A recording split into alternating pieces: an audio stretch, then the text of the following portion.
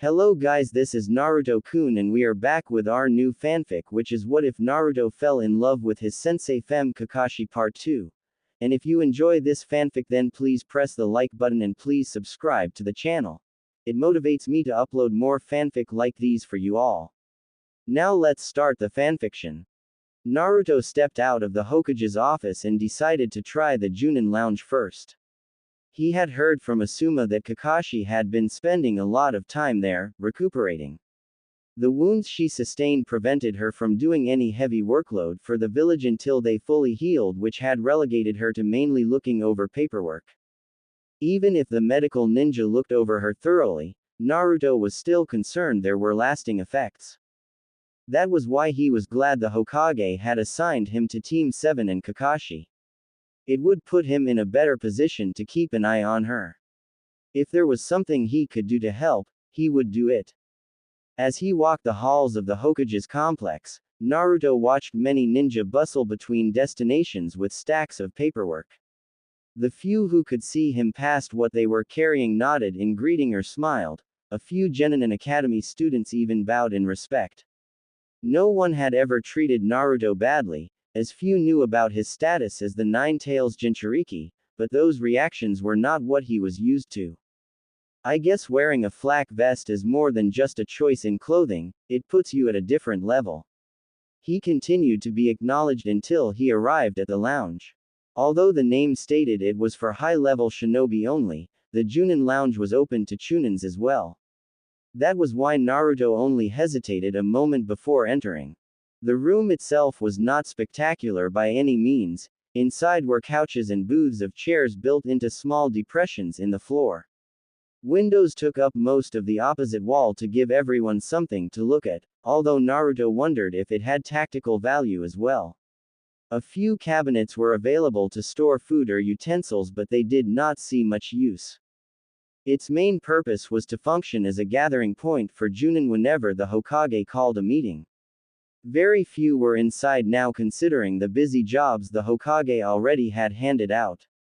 The Junin Naruto was looking for was not there unfortunately, but someone else he knew was. Naruto recognized Kurenai sitting in one of the booths, so he went over to her. Hopefully she had seen Kakashi.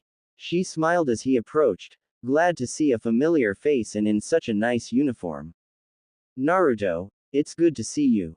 That vest looks like it was made for you to wear. He grinned. Kurenai was always so nice to him. If it wasn't for her support, he wasn't sure he could be the person he was today. That was why he made it a point to be just as nice to her and help her whenever she needed it. Thanks, Kurenai. Do you mind if I just call you that? Sensei just seems so impersonal. Even before his promotion, Naruto had difficulty trying to pick the proper title to give to Asuma and Kurenai. Though they both had taught him techniques as well as served as a teacher figure, that relationship was superseded by them being his older siblings. Kurenai, not one to make a big fuss over such things, waved him off with a small laugh. That he was even concerned about giving her an honorific tickled her. Don't worry, Naruto, you can call me whatever you like. Just remember to act properly when you're around superiors. Even though she didn't mind, other Junin or the Hokage might, depending on the situation. With that out of the way, Naruto broached his main question. Have you seen Kakashi anywhere, Kurenai? I thought she might be here, but I guess I was wrong. An interested look appeared on Kurenai's visage as he asked the question. Naruto has been quite attached to Kakashi since that mission. I wonder what happened between those two. Rumors traveled fast about what happened during the mission, mostly from certain Team 7 genin bragging about it. Most considered them false until proven by Kakashi, but she had been unsurprisingly tight-lipped about the matter.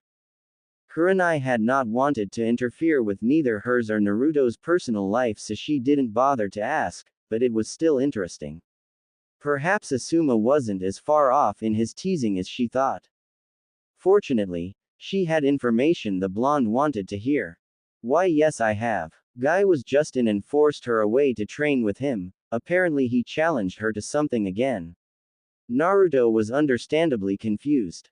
Kurenai struggled to find a proper term to describe Guy, in a way to sum everything up. In the end, she had to settle with just describing his personality, as she refused to use the term youthful, as he most assuredly would have preferred. Guy is a fellow Junin and childhood friend of Kakashi's, as well as her self-proclaimed rival. Whenever he gets the chance, he always challenges her to something outrageous to see which one of them is better at it. He is a bit too eccentric for his own good, and with Kakashi still healing, I hope he doesn't make her overdo it. That was enough for Naruto to know. There was no way he was going to let this guy force Kakashi into doing something she probably didn't even want to do. Thanks Kurenai, I'll go check the training grounds. Hopefully I can save her before something terrible happens. The young woman watched Naruto leave, amused by the pressure he put on himself to rescue Kakashi. Maybe it really was just her imagination, but things were getting interesting between those two. Naruto wasn't able to get far before he ran into his first obstacle. There were definite positives to having the Hokage's office and the Junin lounge all in the same place, but the academy was a different story. If he didn't want to deal with another assassination attempt from Konohamaru, he had to avoid the area entirely. Unfortunately, the thought of Kakashi hurting herself training was enough to make Naruto forget which part of the building he was running through. Soon enough, Konohamaru and his friends came into view before they were quickly pushed out of the way by the much larger Chunin. Even as an academy student, the Hokage's grandson had a great ego and was not about to take getting pushed down from anyone, not even his uncle. When he saw it was Naruto, it only seemed to make him angrier. Watch where are goin', will ya? Wait, Uncle Naruto. Naruto turned around to see who he had pushed past and turned a bit white when he realized who it was. Things were about to get ugly. Konohama, I've got you now. Get him, Moegi, Udon. His two friends in the academy were hesitant to follow orders, but were quickly reminded who Konohamaru's grandfather was. That got them to run after Naruto, with Konohamaru leading the pack, intent on taking Naruto down and claiming the title of Chunin for their own. They tackled the Chunin all at once in an attempt to bring him to the ground. When they all comically fell through the blonde's chest, they looked to see the simple clone disappear. As Konohamaru cursed Naruto and his ability in E-rank ninjutsu, the real one was already halfway to the training grounds. Real or fake attempts on his life, Naruto didn't even flinch. Konohagakure. Training grounds. Come on Kakashi. This is the ultimate test of faith between you and your youthful students. At least try to play along. There will be no competition. You are just making a fool of yourself, Guy. Oh no you don't Kakashi. Last time you tried to warn me about making a fool of myself, I almost lost the competition. Not this time. Naruto came across an interesting sight when he arrived at the training ground. In front of him there were two of Kakashi, identical in almost every way. One of them seemed to be shouting something about burning youth while the other stood there with hands in pocket, completely calm.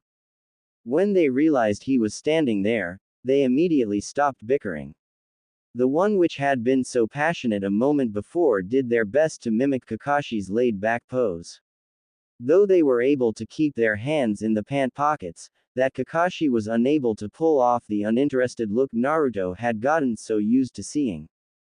Hello Naruto-kun, I hope you are ready for some grade A training today.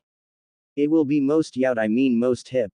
The clear imposter said with a thumbs up and barely hidden smile. Naruto looked at her for a moment, turned, and then addressed the normal Kakashi as he would usually. Kakashi-sensei, are you sure you are alright with training so soon after our mission? She gave him an iconic eye smile and nodded, completely ignoring the devastated guy to her right. I feel better now Naruto, thanks for the concern. I'm glad to hear that, it means we can start training together sooner. Oh, quite eager aren't you? Their conversation was cut off by an irate guy who had since transformed back and had been trying to get their attention by flailing his arms madly. Unfortunately, Kakashi's previously mentioned coolness prevented her from hearing him, and it seemed her student shared the sentiment. Hey, Kakashi, what the heck was that performance? Kakashi turned to her overzealous friend with a bored expression and, in the most matter-of-fact tone, spoke. Oh right, the competition. Guess you lost. Guy was unable to form words in response, preferring instead to quietly dismiss himself. It seemed Kakashi racked up another victory. He would have to try even harder the next time. He would learn the ways of Kakashi's cool and then she would have no choice but to accept Guy's feelings. Poor Guy, she just was not interested. With her full attention back to Naruto, Kakashi could finally update him on what the Hokage had no doubt told him by now. Out of respect for the Hokage as well as her sensei, she felt obligated to look out for Naruto's well-being and teach him whatever she could. That meant that he would need to have an excuse to be with her, for her to lead by example. With the Hokage's help, she was able to arrange that. Hopefully Naruto didn't mind much. The Hokage has no doubt told you that you are now partnered with Team 7 and I. Don't think of it as much of a punishment but learning experience. Naruto could barely hold back his excitement, there was no way he could see that as punishment. I see a lot of my younger self in you Naruto, so I'd like to help you if I can. What all this means is that we will be spending more time together, you don't mind right? I don't mind at all, Kakashi-sensei. They shared a smile before Kakashi led him into the open training ground. It was a beautiful day that would be a shame to waste. That meant the two would start early by training today, without the rest of the team. Alright Naruto, I've already gone over your profile the Hokage gave me. From what I can tell, your experiences with Asuma and Kurenai gave you a well-rounded balance in your taijutsu, ninjutsu, and genjutsu. Does that sound about right? Naruto was doing a few light stretches to get ready for whatever Kakashi was going to throw at him. He nodded in agreement, the training those two had given him really did help. My job isn't to build on what you have already learned from Asuma-san and Kurenai-san, it would only hinder your growth. I'm going to be teaching you new techniques that can be used in conjunction with what you already know. That made enough sense to Naruto and it also sounded a lot more interesting. So, what's first? First, we elaborate on your wind affinity. Do you know anything about it Naruto? Other than of course, you can create wind chakra. Naruto only knew what he remembered from Academy and from what Asuma told him when they first discovered the affinity. Well, I know that it is strong against Raiden techniques, like yours. It is also weak against Kaiden techniques, but can be used to enhance them if the user knows both. Kakashi smiled, he had the simple definition figured out. That is correct, futon techniques are also well known for enhancing a weapon's length and power. But the technique I am going to teach you goes along with what you already know, enhancing Kaiden with futon chakra. Naruto was intrigued, but he didn't know how to mold Kaiden chakra. Perhaps that was what Kakashi would teach him. Kakashi started teaching him the basic hand signs of the technique as she continued to speak. Remember Naruto, with enough practice you can master any element. Something like that can take years though, so it is better to focus on something complementary to what you already know. That is why Asuma-san knows both Kaiden and futon techniques, because they work so well together. The hand signs weren't difficult to learn as Naruto had seen them done before. Kakashi was teaching him a common fireball technique that many of the village's shinobi already employed. It was something even Naruto had yet to learn though, so he paid close attention as she described the proper way to handle fire chakra in the body. You will feel the heat build in your stomach and come up your esophagus, release it with a gust of air from your lungs. That is how many fire techniques, basic or complex, are formed. That was when Kakashi left the rest in Naruto's hands, as she knew the best way to learn was from personal experience. It took him most of the rest of their time together, but Naruto's fireball technique was growing larger each time he committed to it. She was amazed by the amount of chakra he had to continue training for hours, but considering the fox, it wasn't so unbelievable. Well done, Naruto-kun. Next time we will see what effects it has with a futon technique. Remember, we have a practice with the rest of the team tomorrow at noon. Kakashi dismissed him and went her own way back home, as the sun was setting. Naruto just watched her leave before turning for home himself. He immediately ran into Asuma, whom had caught onto their training session and had been watching from the sidelines. They seemed to work together well, as if it was natural. Naruto hung off her every word and Kakashi knew how to manipulate that positively. Well, good to see you finally making some progress. I thought you two would never part. His teasing didn't affect Naruto as much this time, as their reason of being together was because of the Hokage himself. What are you doing here, Asuma? Naruto asked, neutral. Asuma smiled. Him putting up that tough act only made it more fun. For now, though he would put away the jokes, there was serious business afoot after all. I caught Kurenai in the lounge and found out you were looking for Kakashi. Since I wanted to get some work done with your taijutsu training, I thought I'd try and find you. Of course, you two would stay inseparable until the end of the day. He said in a mock accusing tone, as if it was Naruto's fault. With the next joke, Naruto deadpanned. Does Kakashi know about this running gag? Of course she does. Her hearing is better than you think. That wasn't a satisfactory answer, but Naruto knew there was no getting through to him. Alright, then if you really do want to train me now, let's figure out a time to meet tomorrow. Naruto suggested. Still skeptical Asuma had any time to spare from his team. I was just thinking about that. How about we knock two birds with one stone? We train the hour before you are supposed to meet up with Kakashi and you can impress her by showing off your skills. As long as you can learn fast enough, that is. Sensing a challenge, Naruto was up for it. If you can get up that early, then so can I. Let's do this. The two brothers set out for home, both very sure the other would be experiencing a taste of humiliation the next time they fought. Training grounds. Naruto and Asuma were both up before their allotted training hour, preparing themselves. Asuma had the obvious advantage. Naruto may have watched him use the blades, but the forms and stance eluded him. It would be fair, however, because Asuma would give his younger brother a crash course before smoking him into dust. They left together, without a word. Both wore confident grins that they would be victorious. Neither of them really remembered what started the competition, only knowing that they would not concede. Asuma and Naruto arrived at the training grounds a little late, but made up for it with determination. They both took out their chakra blades and, with Asuma leading, went through the stance as well as the common forms of Hine. These would be what Naruto would use the most often in combat.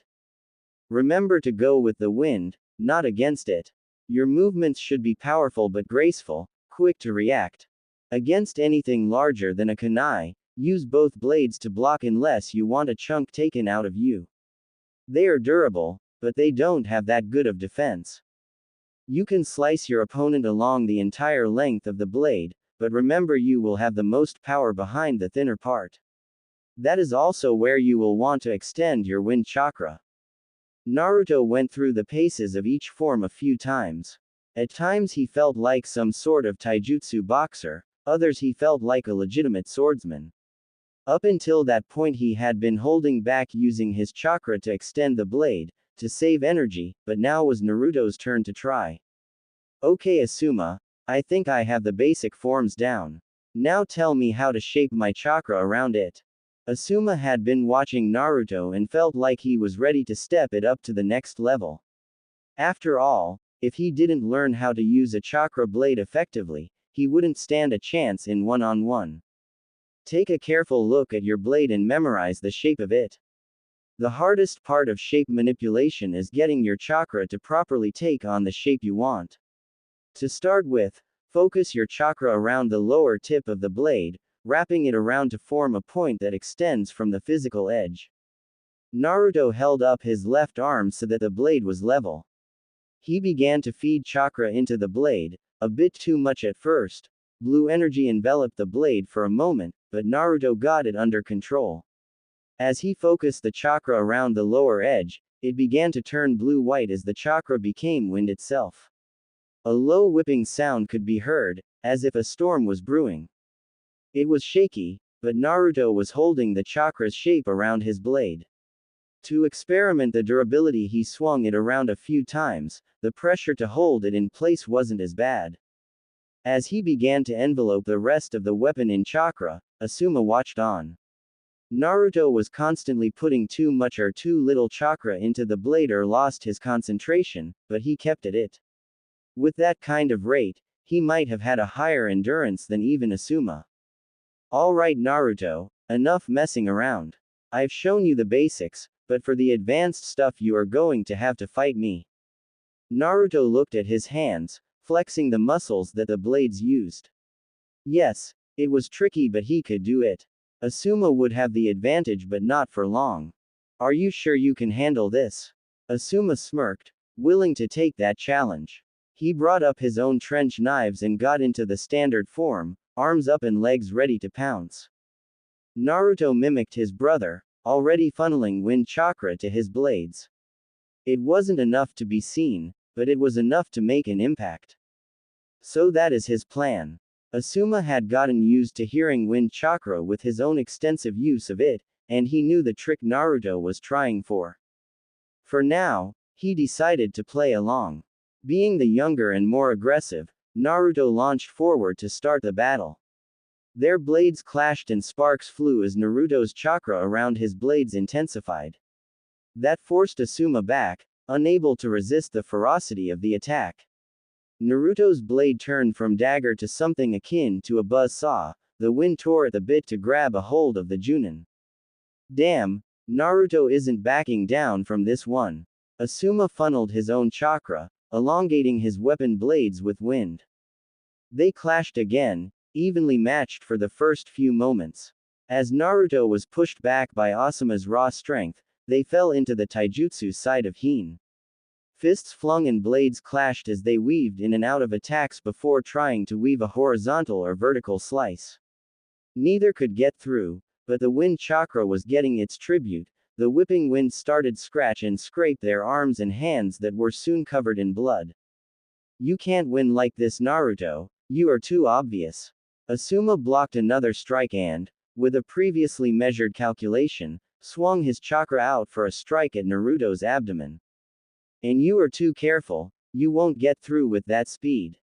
Naruto's body betrayed his fervor as it shook, blocking the attack. Their duel only got louder and louder until it started to attract visitors. Neither of them noticed as four familiar faces emerged from an adjacent training ground. As it turned out, Kakashi had gathered her squad earlier than she told Naruto. She wanted to talk with them and get some individual training done before Naruto took over her priorities. That said, she was surprised to see the blonde not only up early and training but fiercely fighting against Asuma with wind chakra.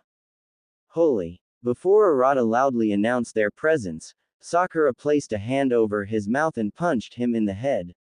None would admit it, but they were entranced by the sights and sounds of pure chakra slamming into itself. Naruto and Asuma retreated from one another, gaining distance. With one last effort they both leapt forward with their weapons ready. They slammed into each other with enough force to crack the earth beneath their feet. It's over. Naruto. Give up already. Asuma again pushed Naruto to the limit, forcing him back. Guess I will have to try something crazy. Naruto thought regretfully as he would have liked to win with raw strength. This is something I learned from Kakashi Sensei.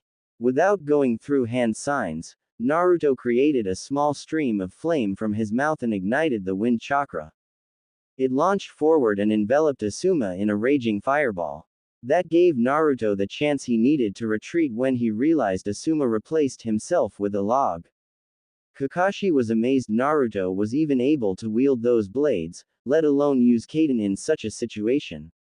Just one training session from her and the blonde had already figured out how to apply it to another technique he just recently learned.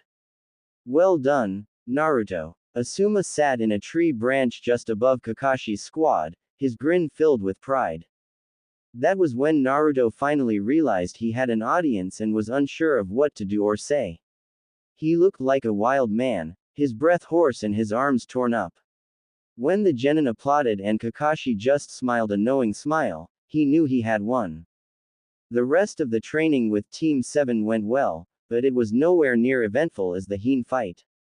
Not even Arata and his ego could find a way to find fault in Naruto's performance, not when Kakashi couldn't. For now, he had that victory.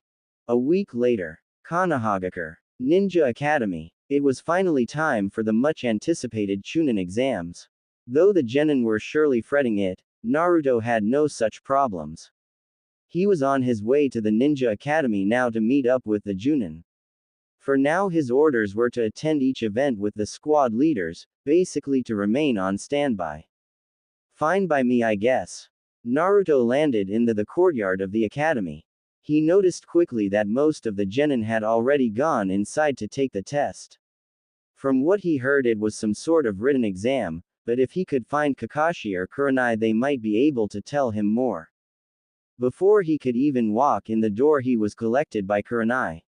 She had already been inside to see Team 8 off and so was headed back to the lounge. The other Junin had been aware of Naruto's orders and so were on the lookout to bring him along should they find him. Kurenai was glad to find him first. Hello Naruto-kun, ready for the Chunin exams? Naruto wasn't noticing anything significant yet, so he shrugged. Can't say I am Kurenai-chan. Nothing seems different, I guess. Kurenai smiled. It seemed Naruto had missed the large procession of genin. If he had seen them, surely that would be enough to spark his interests. She couldn't blame him for feeling bored though. The entire event was mostly hands-off by the village except for the exam proctors. The rest of the Junin and Chunin would not be doing much of anything related. Come on, Kakashi was just finishing up with Team 7. We can walk to the lounge together. The thought of seeing his new teacher again seemed to reinvigorate him. Naruto and Kakashi got along well together for some reason, even if they acted differently. Naruto was reserved but cheerful. Kakashi was almost isolated in comparison. She kept her distance from everyone. The blonde was the first one she had shown any interest in. A few stragglers aside, the halls were empty. It was kind of odd seeing the academy, usually so full of life, now almost like a tomb. Naruto tried to play it off as just anxiety, but it bothered him. Kurenai seemed to not notice as they deftly navigated the halls. That was something many of the genin seemed to have trouble doing even if they had been through these halls countless times before. Maybe that was another test the Chunin exam offered, an unwritten one, to test the nerves. As they went up the last flight of stairs, Kakashi came into view. She was already making progress down the hall toward the lounge, hands in pocket. Nothing seemed to faze her about leaving her charges to the wolves. Perhaps Kakashi was just quicker to accept that it was for the best. Kakashi. Hearing Kurenai, the silver-haired Junin turned around. When she saw her fellow Kunoichi's charge, she realized what was going on. She was beginning to wonder if Naruto was going to show up for his mission. Now that he was there and had already missed Team 7's goodbyes, there was little left to see. Kurenai-san, Naruto. Good to see you made it, though there isn't anything left to do but wait. They joined her by the entrance, taking a moment before entering. Asuma and Guy were most likely inside already. So Kakashi-sensei, what exactly am I supposed to be doing? The Hokage just said report to you. Naruto made his assumptions but really he had no idea. You won't be seeing much for the first exam unfortunately, it is a written test. We aren't allowed inside for obvious reasons, so for now we wait. Once the first exam is finished, the Junin will make their way to the second exam's location. Naruto, I think you'll like that one. Kurenai shared a glance with Kakashi, clearly knowing what she was talking about. Naruto had only the faintest idea, so he didn't appreciate their conspiratorial looks. Come on, everyone else is already comfortable. They went inside with the Genjutsu mistresses urging. Guy and Asuma were already here, along with a few other Junin from squads Naruto didn't recognize. Most were sitting in the booths while a few chose to stand and talk near a drink dispenser.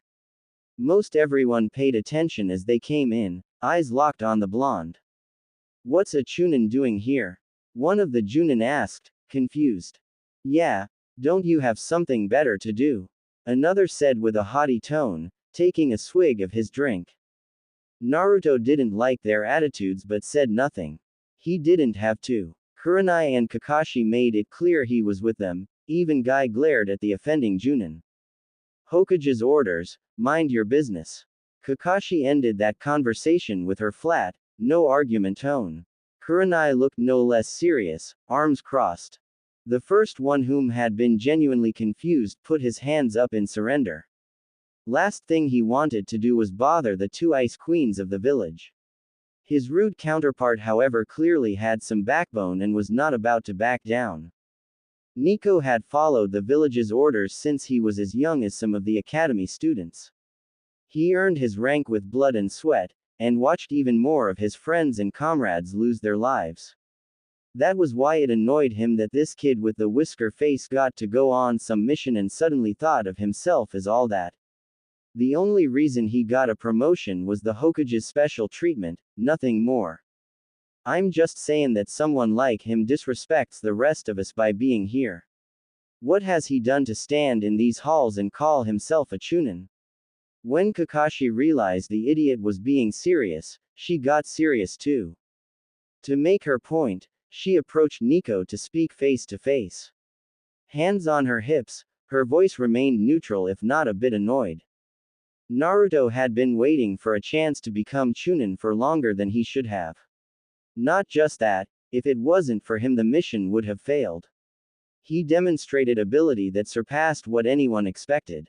It was ludicrous she had to explain this again, but for some reason Nico didn't hear anything meaningful. "All I see is a weak kunoichi. That needed saving by the Hokage's pet." To hammer his point home, he jabbed a finger at Kakashi's chest, but was stopped mid-step, even before Asuma or Guy could get up.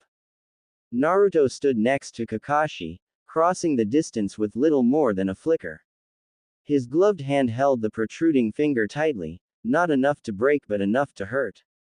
No one would disrespect Kakashi after Naruto had seen what she had to go through for the sake of that mission, not even the Hokage could have. That was why Naruto was seriously thinking about breaking his finger to teach Nico a lesson. Nico was trying to ease his finger out of Naruto's grip but yelped when he only tightened his hold. "She doesn't have to take that from anyone, especially not you." A soft voice calmed his heaving chest. Her hand rested on his shoulder, the thumb just barely touching the nape of his neck. Even if he had gone too far, even if he would get punished for it, Naruto wouldn't back down until someone he trusted told him to. "Naruto, it's fine. Just relax." Kakashi knew she had to keep him calm if she wanted the situation to not escalate further. The last thing they needed was the fox making a reappearance. She was flattered if not a bit confused at why Naruto reacted the way he did, but petty squabbles weren't important. There were bigger things they had to be concerned for during such an important event like the exams. With much reluctance Naruto let him go, but remained close to Kakashi. Nico was visually infuriated to be humbled by Naruto, but many others were intimidated. Naruto may have just been a Chunin but his eyes promised murder if anyone tried to hurt someone close to him. "This ain't over, kid. Not by a long shot." The offender waved his hand through dirty pink hair, visibly frustrated he couldn't take out his anger. There was a time and place for that and he would make sure to show Naruto what it meant to be a Konoha ninja. That was something there was no way he could learn, one tough mission or not. Kakashi led Naruto over to where Asuma and Guy were getting settled in again. She needed to remember to keep those two away from each other to avoid further conflict. Nico didn't know the kind of hornet's nest he was poking and it could have disastrous results for the both of them. If Kakashi could do anything, she wanted to keep Naruto's hands clean of the blood of a fellow Konoha shinobi. To have to go through that experience was not something she would wish on anyone. Well, Naruto, you sure know how to start a party. Things were quiet till you got here, Asuma said, trying to lighten things up. A glare from Kurenai cut him short and he realized that the comment was made in bad taste. The quicker the confrontation was out of mind, the better. Naruto-kun, your youth was on great display just then. I haven't seen a man come to a woman's aid with that speed since, well, since myself. Guy gave him a thumbs up and bright smile, making Naruto grin. Thanks, I think. Kurenai and Kakashi sat on Naruto's sides while Asuma and Guy sat across. There was an odd tinge of jealousy both men experienced as they watched the women cling abnormally close to the blonde. He was clearly oblivious about the attention, or didn't consider it outside of the norm. Neither of the girls might have realized what they were doing either, but clearly they were concerned about his well-being after the fight. Nico and the rest of them were pushed from mind as they just started to talk about the day. What each of them did and how their genin were before the test started. It was nothing special, but Naruto felt right at home. That was something Nico couldn't take away from him, the moments he shared with his precious people. Forest of Death. Tower. Naruto and the rest of the Junin made their way through the second exam's training ground with little effort. They dodged and evaded all matter of creatures and plants, even a few leftover traps from the genin teams whom had gone farther in. Kakashi stayed close to him, ensuring Naruto's safety. That was especially important to the Hokage as he put her mission orders in perspective. With so many foreign shinobi, they could not risk leaving Naruto alone for long. Not to mention that Nico had not stopped giving Naruto a glare since they left the lounge. She did not know if the unruly man would try something. Luckily they made it through with little trouble and Nico was not permitted to go to the tower. His team had failed the written exam, fitting she felt.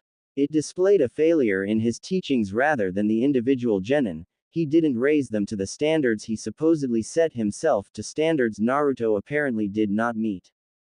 Fool, the only proper term to describe. Her thoughts were shared but not expressed by many of the others. The procession of ranked shinobi included Junin from foreign nations like Suna and Oto. Neither of them seemed all that polite or welcoming, so Konoha steered clear, preferring to stay with their own. Everyone was headed in the same direction though. They were to see the Hokage and wait for their teams to arrive. Hiruzen waited in one of the rooms higher up in the tower. It was littered with tubes and monitors that allowed the attending shinobi to keep an eye on the second exam takers as well as the environment itself. A few Anbu were present as well at the Hokage's bequest, arms folded at his flanks with bored faces hidden behind porcelain. Shortly before the Junin arrived, a proctor arrived to alert the Hokage. He turned and watched as the nicely sized group of older shinobi entered, all bowing in respect to the cage. Not even the foreign countries were immune from that. Then he saw Naruto closely attended to by Kakashi and a smile graced his lips. It was good to see they had made it safely. Welcome Junin, to where you will be spending quite some time for the next few days. Here in the tower you will wait for the victorious genin to arrive, in which we will progress to the next stage of the exams. Though the idea of staying in the tower was not all the appealing, the thought of their teams walking through the gates victorious was enough to sway most of those present. Naruto had to admit that, even if he only knew what little Kakashi and the others explained to him, the Chunin exams were intense. It didn't bother any confidence he already had in himself, but somewhere in the back of his mind he was glad he wasn't slogging through the forest with the rest of them. His thoughts drifted to Team 7 and there was some concern. Was Sakura doing alright? Would Arata listen to the others, or was Sasuke even properly leading them? He guessed he would find out soon enough. A hand on his shoulder made him turn and see Kakashi indicate he follow her out. Come on, no point in staying here with the rest. Where are we going? A mischievous glint came to her revealed eye, surprising Naruto. He was not sure he had seen that side of Kakashi before. He had no idea she knew how to have fun. The thought sounded bad after he said it, but it still rang true with the rumors of her status as Ice Queen. Somewhere with a great view. Kakashi led him upstairs past where most of the rest of the staff bothered to work. There they went through a set of doors that led them to the very tip of the tower. It commanded a respectable view of the entire forest, and even out farther, the trees were barely stalks of grass in comparison. Holy! Naruto walked over to the edge. They were up so high that no safety railing existed. All the real viewing areas were farther below. Kakashi joined him without as much reaction. She had been here a few times before. Once during the Chunin exams she herself took as a child, as well as during her time in the ANBU. When she was first showed this spot by her sensei, she couldn't much believe it herself. Oh, here Kakashi, I have something to show you. Consider it a reward for your performance. What do you mean, sensei? Wah! Before the poor girl could argue, Minato flashed through space and time. They appeared on the roof, Kakashi flopping to the ground. She was still not used to that experience and doubted she ever would be. When she realized where they were, she gasped in amazement. Sensei! Is this the very top? Yes. The view was so great I had to mark it. I return here every so often to think. Kakashi could see why. It was so serene up there. Without the wind there was barely a sound. She would have promised to remember the spot, if it was something forgettable. Luckily, that was unnecessary. Kakashi, promise me something. The young girl looked back at her sensei, hair blowing in the wind. Be sure to bring someone close to you to this spot. Don't let it be forgotten. The thought of Obito joining her there gave Kakashi a light feeling in her stomach. It sort of made her uncomfortable. No, the idiot wouldn't appreciate it anyway. She would have to wait. Oh, sure, sensei. Kakashi whispered her response out of Naruto's earshot. It had taken a while, but she found someone to bring along. Maybe it was only fitting it be Minato's son, but for some reason she didn't think that was the reason she chose Naruto. The smile on his face was enough to tell her alone it was the right decision. He almost reminded her of Minato as he stood there in a similar pose, arms crossed and face calm as he took in the view. Something like this can't go to waste, Kakashi-sensei. Someday we should come back here, maybe bring someone else along. Kakashi smiled. He was right. A moment like that couldn't go to waste. Sure. Naruto-kun, let me know when you find someone. Some time later. You who are gathered today have successfully completed the second exam, displaying your abilities to survive as a shinobi. Here's and welcome the remaining genin teams, all lined up to be presented. There were more than Anko had first expected, so they would have need of the preliminary match format, but first an introduction and congratulation was in order. Their bodies were caked in dirt and light wounds, they deserved that much. Naruto stood behind the Hokage as he gave his speech, along with the rest of the remaining Junin. Kakashi stood at his side, looking no more attentive than usual. The others held themselves to a bit higher regard, hands clasped at their backs or arms at their sides, eyes straight. Naruto was like them. He was unable to act in such a laid-back manner in such an important event, especially with the Hokage right there. They were representing Konoha after all, right? Those who had their team fail were sent to collect them, or their remains. It was a grisly job, but no Junin would refuse it. It was the worst wake-up call one could receive, but a necessary one. It was a warning, a grave one, for the next group that Junin may train, to make them work that much harder to see it not happen again. Naruto's interest peaked when they revealed that the latter part of the exam would consist of preliminary matches. Those would decide who could move on to the final part, some sort of battle royale a month from then. He followed Kakashi as she walked with Team 7 to the balconies that lined their concrete arena. So Naruto, you been taking good care of Sensei while we were away? Urata asked with a coy smile. Before Sakura could give him another good hit to the head, Naruto beamed. Yep. No worries there. They were frozen mid-step, even Kakashi's eye widened. Seems like you guys handled yourselves well so far. Don't fail now. Sasuke was the first to recover, a smart grin on his face. Naturally. None of these guys are strong enough to challenge us after all. He crossed his arms in confidence, but Naruto felt something off about him. It was like his body was barely holding it together. Kakashi must have picked up on it too, her eye focusing on the Uchiha. Urata grinned, nodding in agreement. Sakura, her hair now cut short from some battle in the forest, couldn't enjoy the praise. She was too worried about Sasuke after what Orochimaru did to him. Naruto led the two genin over to a free spot in the stands while Kakashi whispered something in Sasuke's ear. His eyes widened for a moment, surprised by what she said. He quickly recovered as Kakashi patted his shoulder, carefully, and returned to where Naruto was. They stood with the team as Hayate quickly got the show started. A monitor appeared and revealed who the first two fighters would be, Sasuke and Yoroi. Those two were promptly herded to the arena as the rest of them geared up to watch how the Uchiha would handle the fight. Upon Sasuke's victory, Kakashi quickly dismissed herself to attend to the genin. It seemed that whatever was wrong was more than the medical ninja could handle, as she waved them off.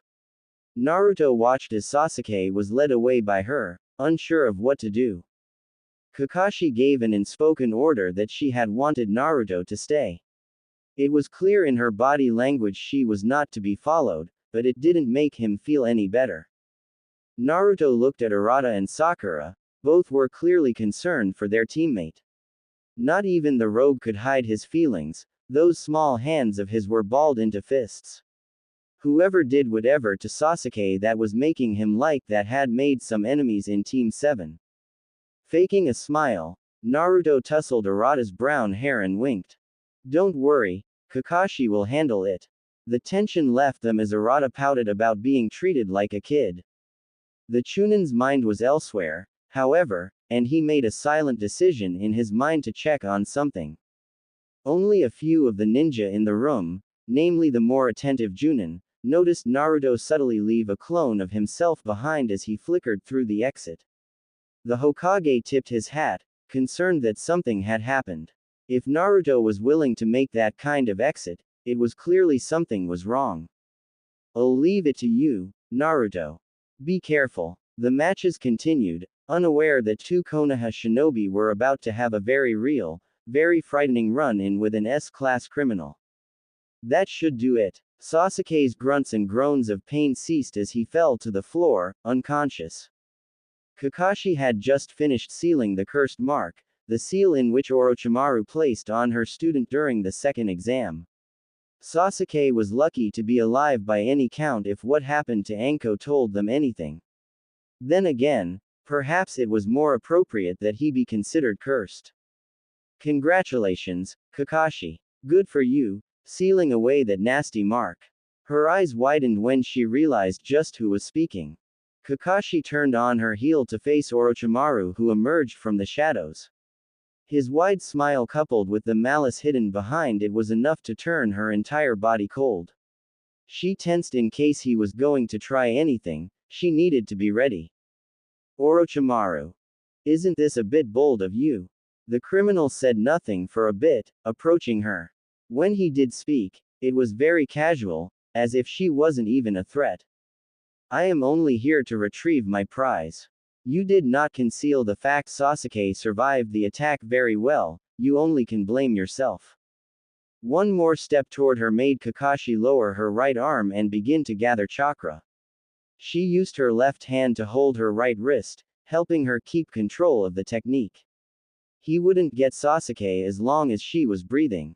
You will come no further. Reikiri. Orochimaru just laughed, a truly entertained laugh. She actually thought that would stop him. Come on Kakashi, that won't be enough to stop me. Just stand aside. Before he could go any farther, another sound rang out. Instead of the crackle of unkempt lightning, this was the whipping of a powerful windstorm.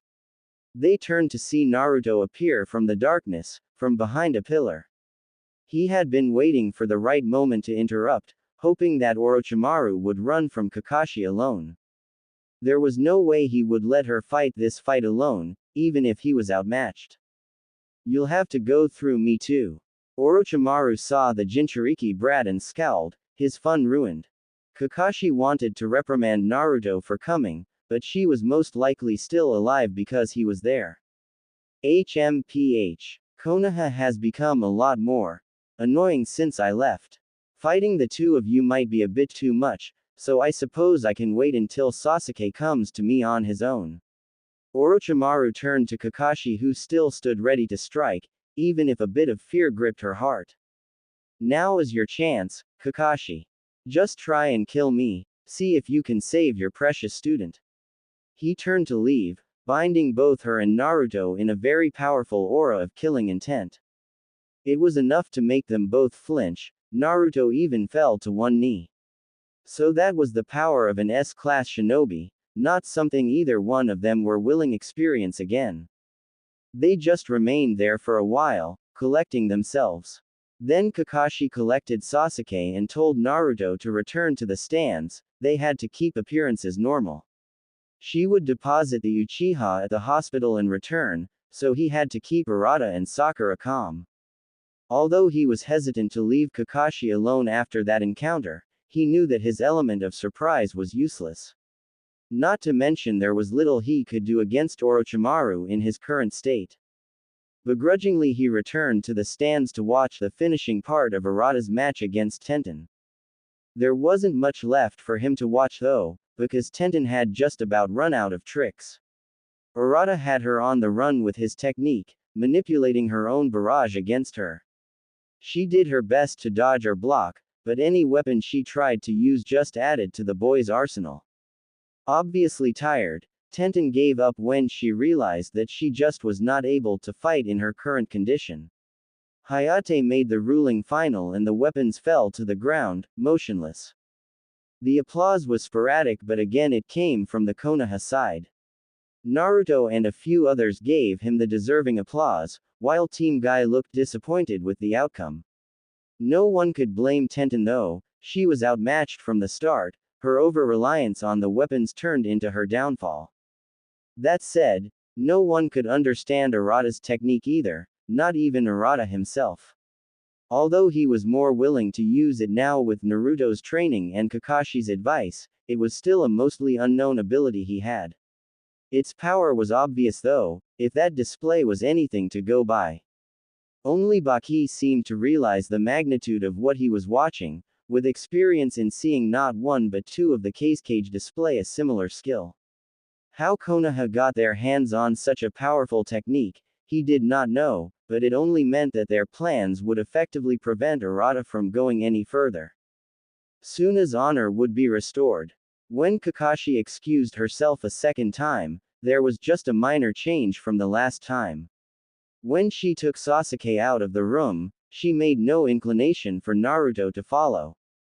This time, it was as if she was baiting him to come with, lingering at the doorway. To Naruto, that meant she wanted his help. Leaving the genin of Team 7 under Guy's care, Naruto excused himself to catch up with Kakashi. Knowing her, she was going to check up on Sasuke. It seemed as if Orochimaru gave up too easily, as displayed in his power to subdue the both of them with ease. If he could do that, why not take Sasuke? No, he must have had another plan that wouldn't implicate him. It was no secret that Orochimaru had his own network of spies around the world, including inside of Konoha. He might have relegated the task of capturing Sasuke to one of them. There was no doubt Kakashi put Sasuke under guard considering Orochimaru's interest in him, but would they be enough? If Kakashi was worried enough to return to the room, it meant that whoever it was strong. Naruto ran as fast as he could and arrived at the hospital's top floor in no time. He had to guess they were keeping Sasuke in the suite to keep him out of the way, but the carnage in the hallway showed that it wasn't enough.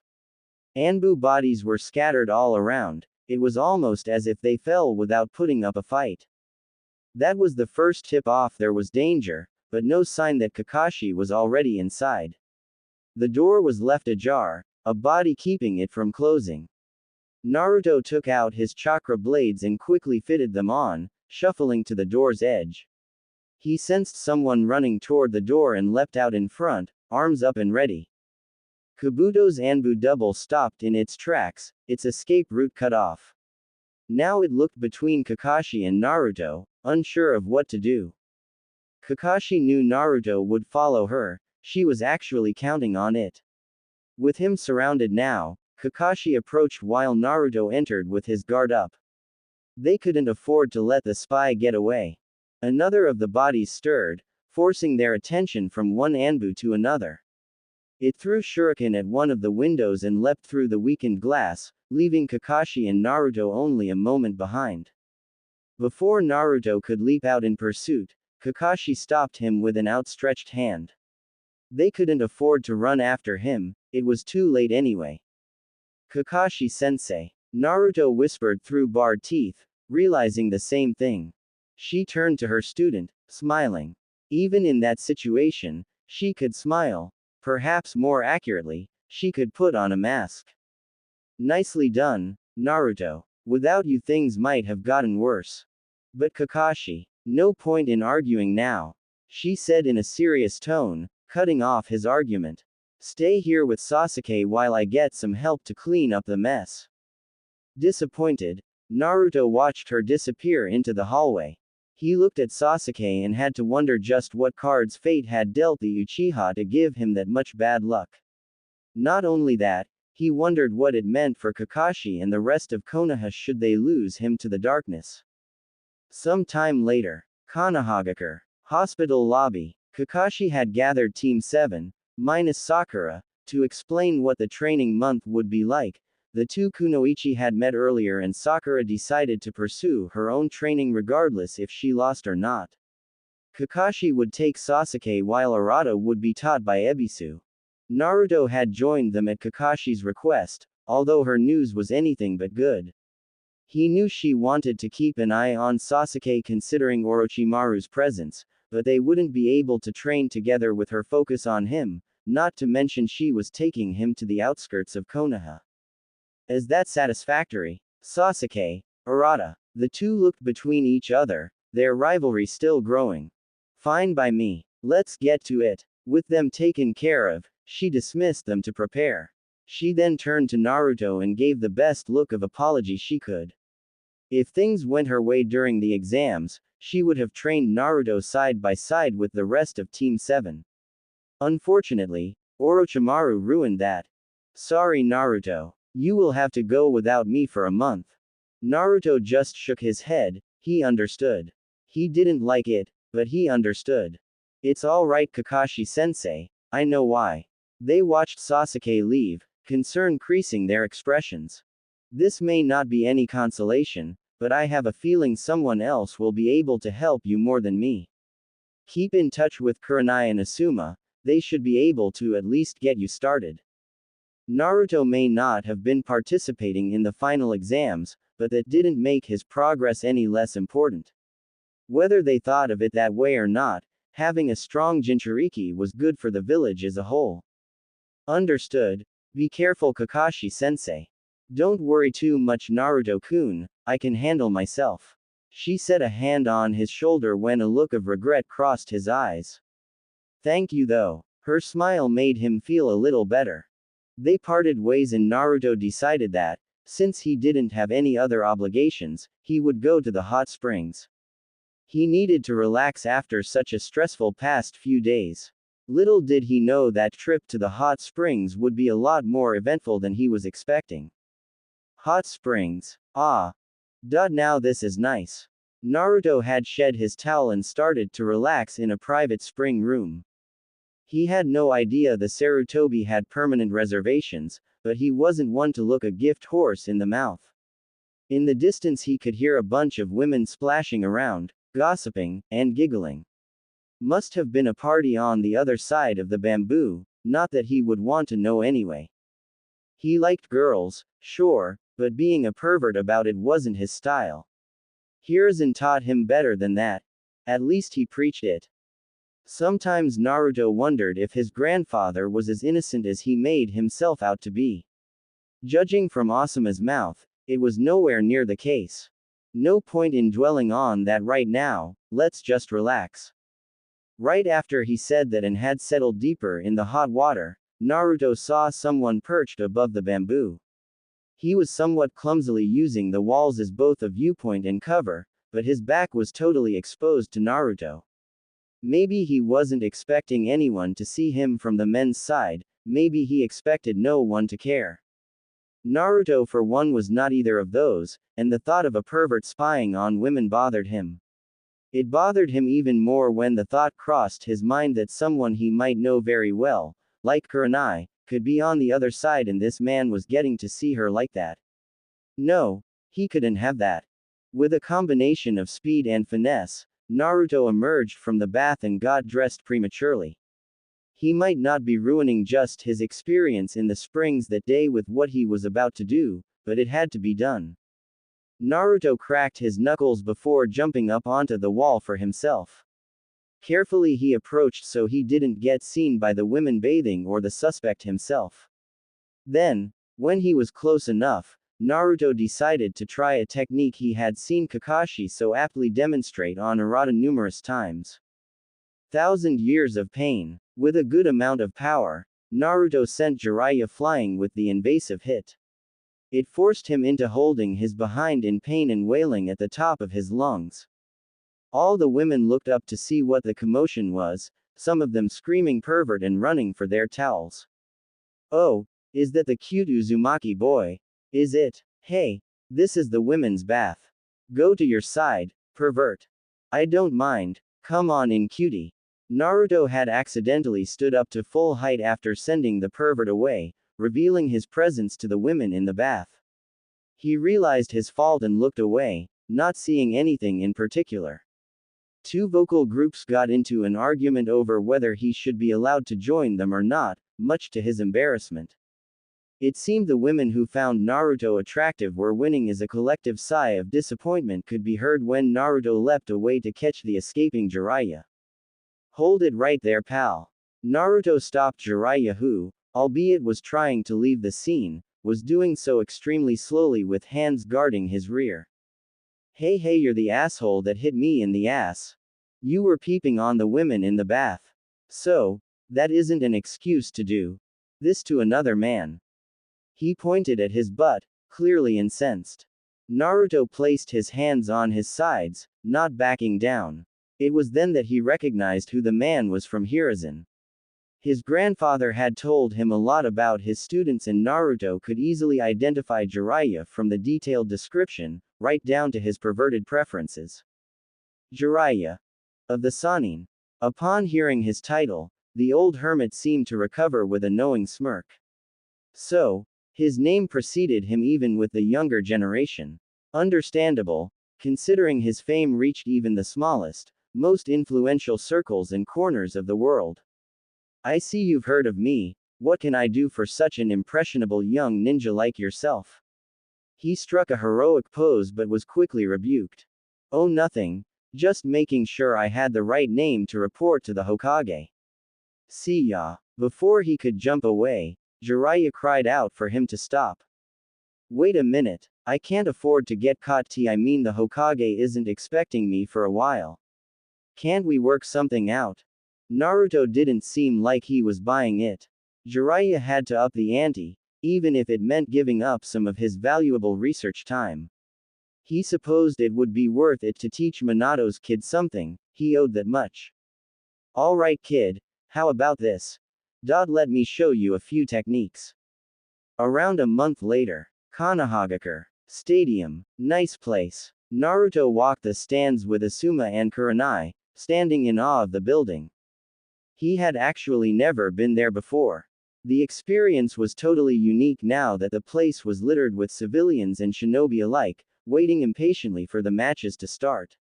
Most of the genin had already arrived, save for who some argued was the most important, Sasuke Uchiha. That also meant Kakashi was missing. Naruto had no doubt the two were still training and would arrive on time for the match, all that effort wouldn't be put to waste. For now he was fine with being near his loved ones and trying to enjoy the chaotic atmosphere. Asuma and Kurenai sat down with Naruto in the middle, his eyes flicking over to the cage viewing area. The Hokage sat there joined by the cage. Two of the most influential people in the world. Naruto watched in awe, hoping one day he too could sit in that seat.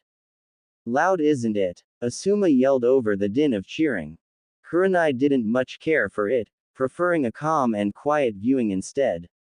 She knew it was no better where Hinata and Kiba, or anyone for that matter, were viewing from, so she had to tough it out. Naruto was somewhat with her, but he could bear it. He wanted to see how Arata and Sasuke did and how the rest of the genin turned out, considering that Naruto missed a majority of the matches.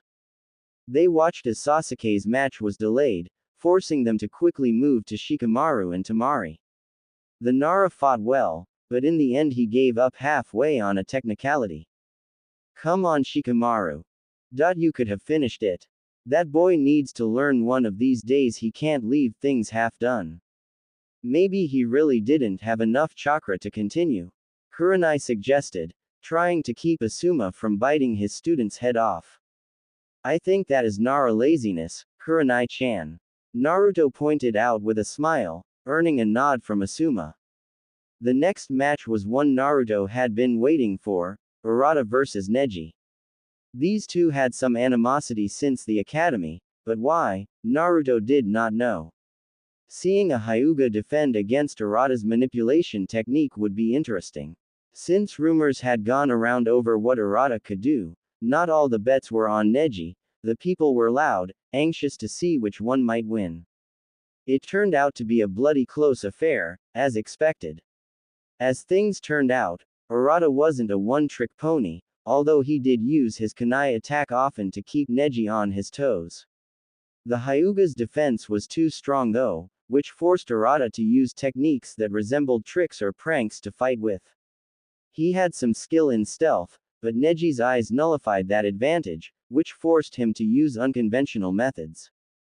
Explosive tags hidden underground, clones, puppet daggers and every type of ninja tool was thrown at Neji, but he somehow weathered through.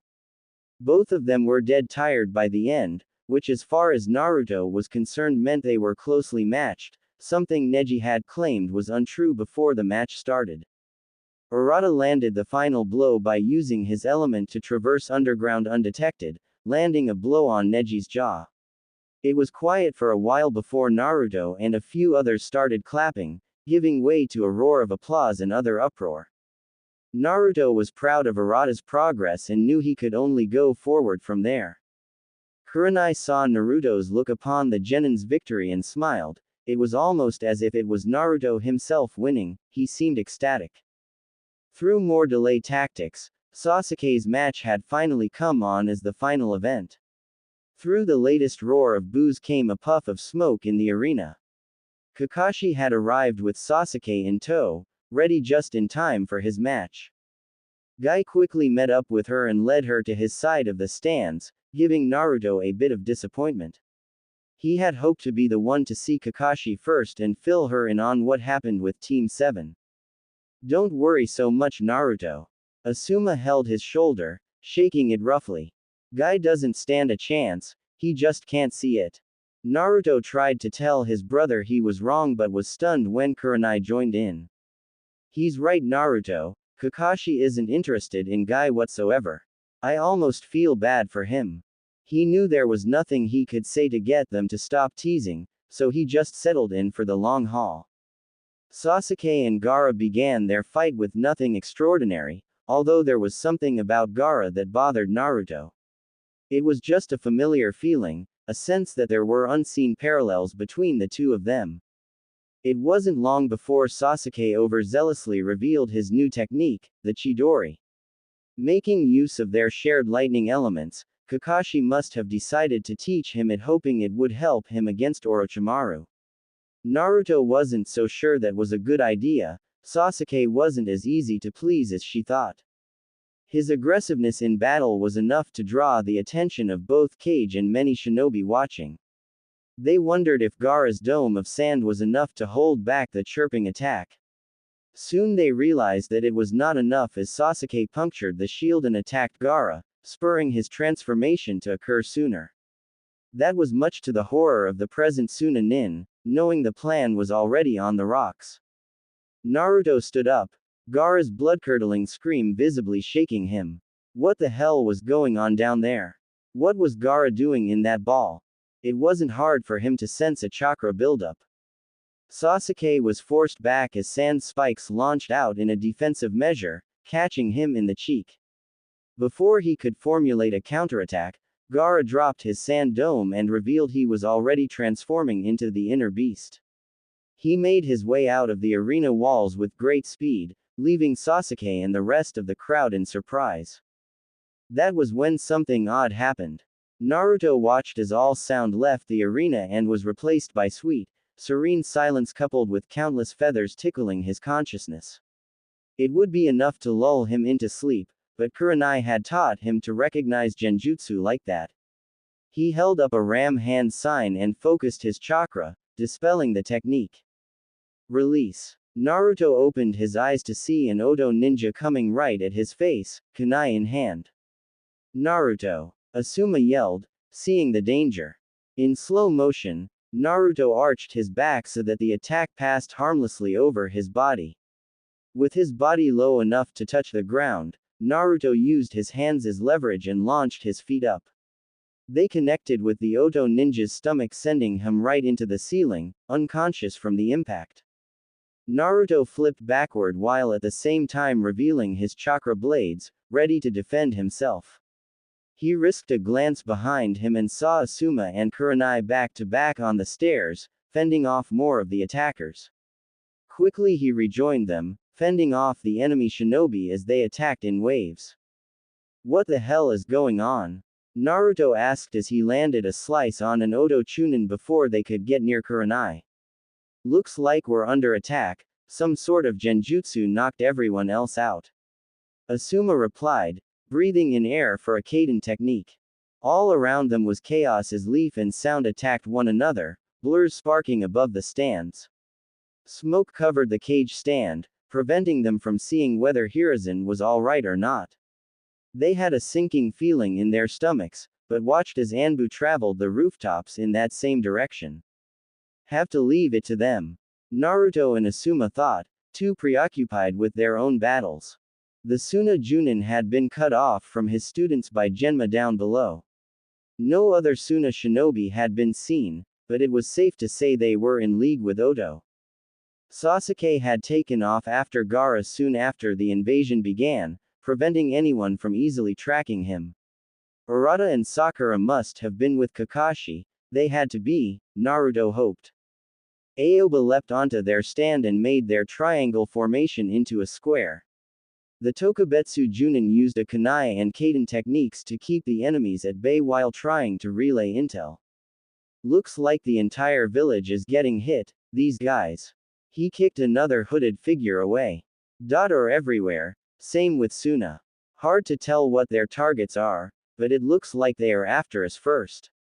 Made sense, civilians didn't pose any threat in a shinobi village. If you could hunt down the shinobi of the village, the battle and possibly the war was effectively over. Most of the fighting is moving away from us, I think. Summons are trying to break through the west wall, not sure how long it will hold. Asuma looked around and saw that the Odo shinobi were focusing their attack at the stadium, meaning whatever they wanted was there. He also saw Kakashi struggling to defend a few genin on her own. Guy seemed to be everywhere at once, but he couldn't help her in time. Naruto, go across and help Kakashi. It looks like she needs it. Naruto looked at his older brother and saw he was being serious. No more teasing, this was real. They were really in a war and he needed to stay focused if he wanted to stay alive and protect the village. For now, he had to help Kakashi. Understood. Aoba, Kurenai, we'll hold here and mop up. Understood. Naruto leapt over the railing, putting all his power in the jump. Behind him Asuma and the others remained to finish off those Odo shinobi left, but all around him battles raged. It had all happened so fast, Naruto was still trying to process the situation. What the hell is going on? For the third time he had to repeat himself, it felt all the more appropriate. Wrote this while I was on the train back home, knew I could find something productive to do. Hope you enjoyed this large chapter as it gets us right into the action. I'm trying to get better at focusing on the more important aspects of my story so that way I can progress faster without as much filler but with the same amount of length. Hello everyone, we are back for some Return of Darkness. I'm hoping to keep pushing through this story with the heavy content per chapter. If possible, I would like to get all of my current canon Naruto stories to the Part 1 intermission and then release the Part 2 debut chapters all at once. If everything goes well, Blonde Uchiha has one large chapter remaining for it, which I will actually write after this is uploaded. Then we will go to Namikaze Assassin, which has about 1 or 2 chapters left in it until Part 2. Really excited as these stories are the first stories I have done from Part 1 to Part 2, since UCR started at the end of Part 1. Good stuff to come, I think. Since most didn't get to see the poll after I closed it, the ending revealed that Fu was the most popular girl on the list. I was quite surprised to see Koyuki Kazuhana reach second place after being added late, but all of the girls listed got some sort of vote. The top 3 or 5 will be featured as an ending pairing, and, while Naruto will meet all of them and more, I will be trying something unique with multiple ending chapters. That means that it isn't a harem, each chapter will be dedicated with one of the girls who are most liked. This is something I really wished would happen more often in anime with multiple girls. Hopefully when the story gets to that point, you will enjoy it too. Let's read. Kanahagakure. Stadium. Kakashi had her back against the wall, literally. When the invasion started, Sakura and Arata were with her watching the matches proceed. The boy had come up from the contestant box to complain to her about Gaara. At first, she ignored his pleas because of Sasuke's overall advantage. When things took a turn for the worse as Sasuke landed the first hit with Chidori, then she knew something might be wrong. Then the genjutsu kicked in and Arata went out like a light, but Sakura recognized the attack and was able to stay awake. Unfortunately, her skill made her a target. With her speed, Kakashi was able to keep them off of Sakura and kill a good number. The amount of enemies was too overwhelming though, and she was being forced back. Guy had gone off to pick up the slack in another area, believing Kakashi could handle herself. That much was true, but she had to watch over Sakura too. Damn it, Guy. Of all times too. Kakashi ducked under a slice that would have hit her face and impaled the enemy with a kunai from below. He toppled over, his lifeless body resting near Arata's prone form. There were too many to face with just knives, she would have to use her chakra. 2 of the Oto shinobi leapt toward Sakura, forcing the Junin's attention away from her own well-being. From outside the corner of her vision, Asuna shinobi prepared to deliver a powerful blow.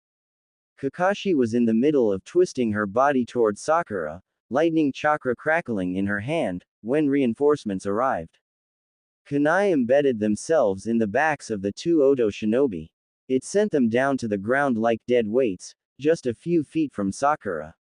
The young genin cowered in fear but looked around for her savior, only to see the enemy behind her sensei. Kakashi saw Sakura's reaction but knew she wouldn't be able to turn fast enough. Naruto appeared right in front of Kakashi, his face pressing against her chest. His arms reached around behind her and the faint whine of his chakra blades could be heard. Warm liquid hit her back and neck, and she knew that Naruto had sliced the enemy clean through. They stayed connected like that for a moment too long, and Naruto stepped back with a slightly red face.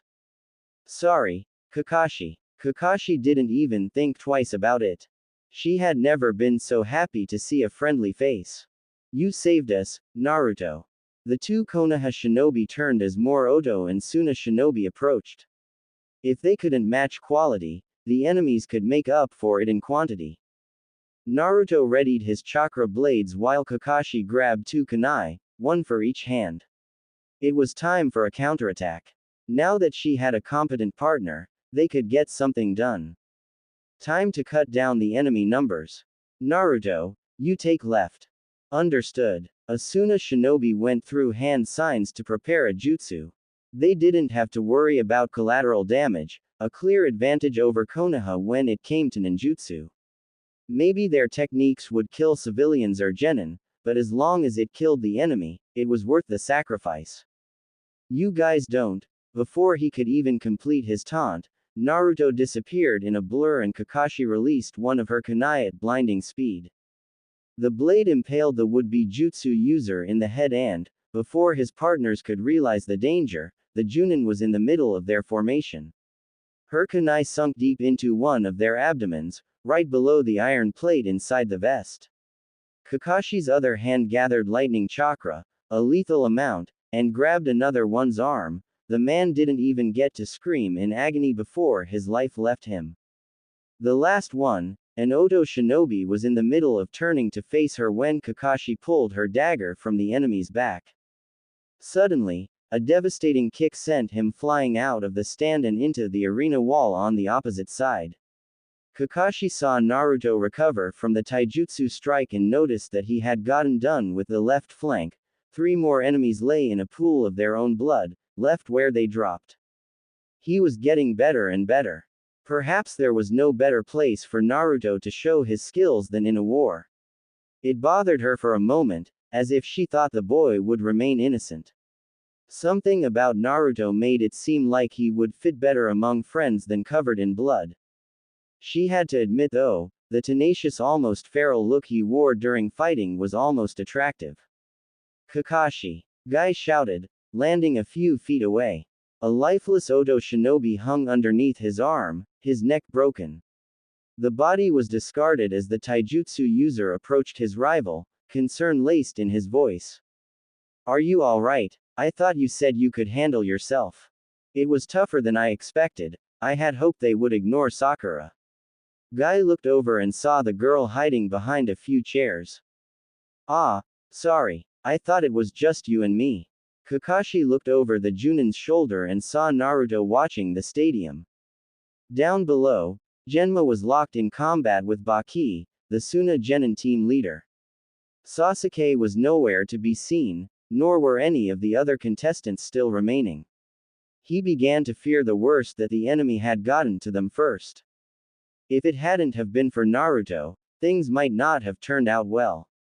Guy turned to Naruto, but the blonde's mind lay elsewhere. Nice work, Naruto-kun.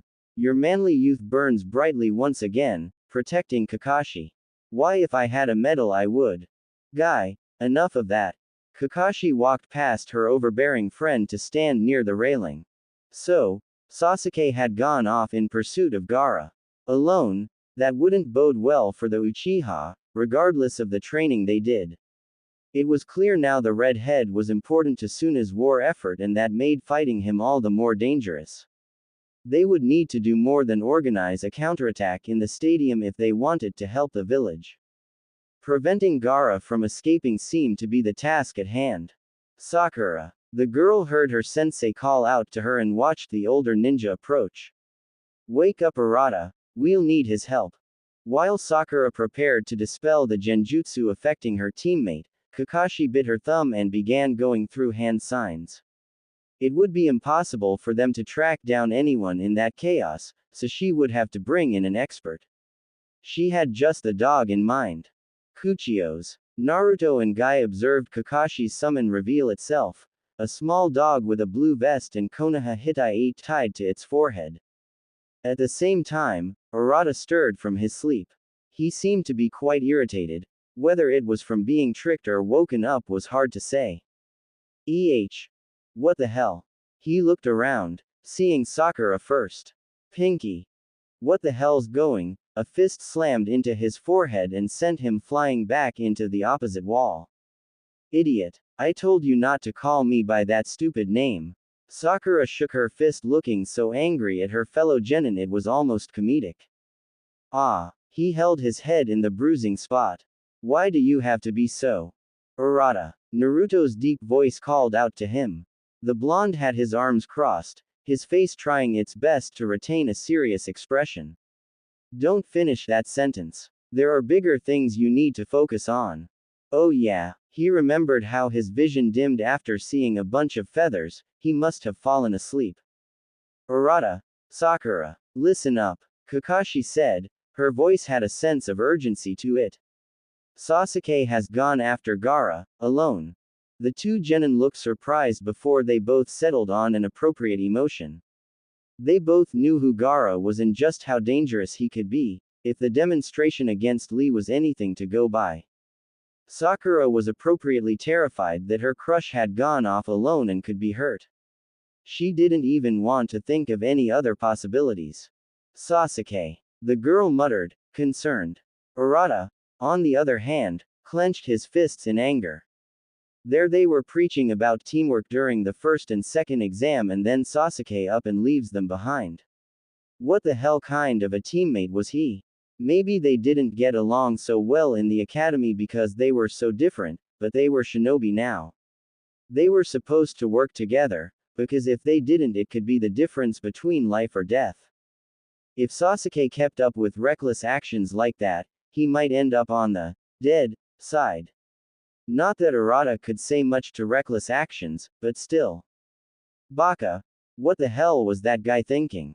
Oi, both of you. Now isn't the time to think about pointless things.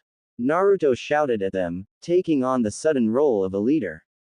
If you want to do something useful for Sasuke and the village, listen up. Kakashi and Guy could barely hide their smiles. It wasn't often a chunin, especially a new one like Naruto, showed any kind of backbone when it came to leadership. The teamwork exercises Team 7 had participated in with him must have made him feel particularly attached to their well-being. It also meant he knew when they were listening and when they were wasting time. Thank you, Naruto, Kakashi said, her hand resting on his shoulder. She turned to her students who waited for orders. Pakun will guide you two to Sasuke, where you all will work together to fight Gaara. The dog nodded, his nose already locked on the scent. This is an A-rank mission, so act like it. Don't do anything stupid. Urata, I mean you. The tan boy scratched his cheek bashfully.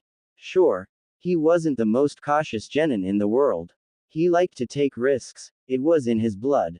Living off the streets of Konoha with nothing but the clothes on your back did that to a person. Don't worry, Sensei, I'll keep an eye on him. Sakura said, a balled fist raised high in the air. Good. Now. Kakashi looked at her Ninken and nodded. Pakun. Go. On cue, Guy created a gaping hole in the wall behind them. Not wasting any time to gawk, the tracker dog and Haruno ran out into the village. Urata soon followed with a not-so-gentle push from Naruto. Now that the younger ninja were on the move and away from immediate harm, the three left turned back to the rest of the stadium. The fighting had slackened since the onset of the invasion, and it seemed as if Konoha was starting to turn things around. In the distance they could see Kurenai and Aoba finishing off the last of their enemies, but Asuma was out of sight. A slight tinge of concern crossed Naruto's mind, but he knew his brother was tough enough to handle the enemy. The fighting wasn't only in the stadium after all, and the rest of the village needed all the help it could get. We need to focus on cleaning up here, Kakashi said, her eyes seemed to dance around as it tried to count the enemies remaining. Look, Kakashi, enemy reinforcements. Soon a shinobi landed on the rooftop of the stadium as they too began to count the number of hostiles still alive. Well, let's give them a warm welcome. Naruto jumped onto the guardrail and began to go through hand signs.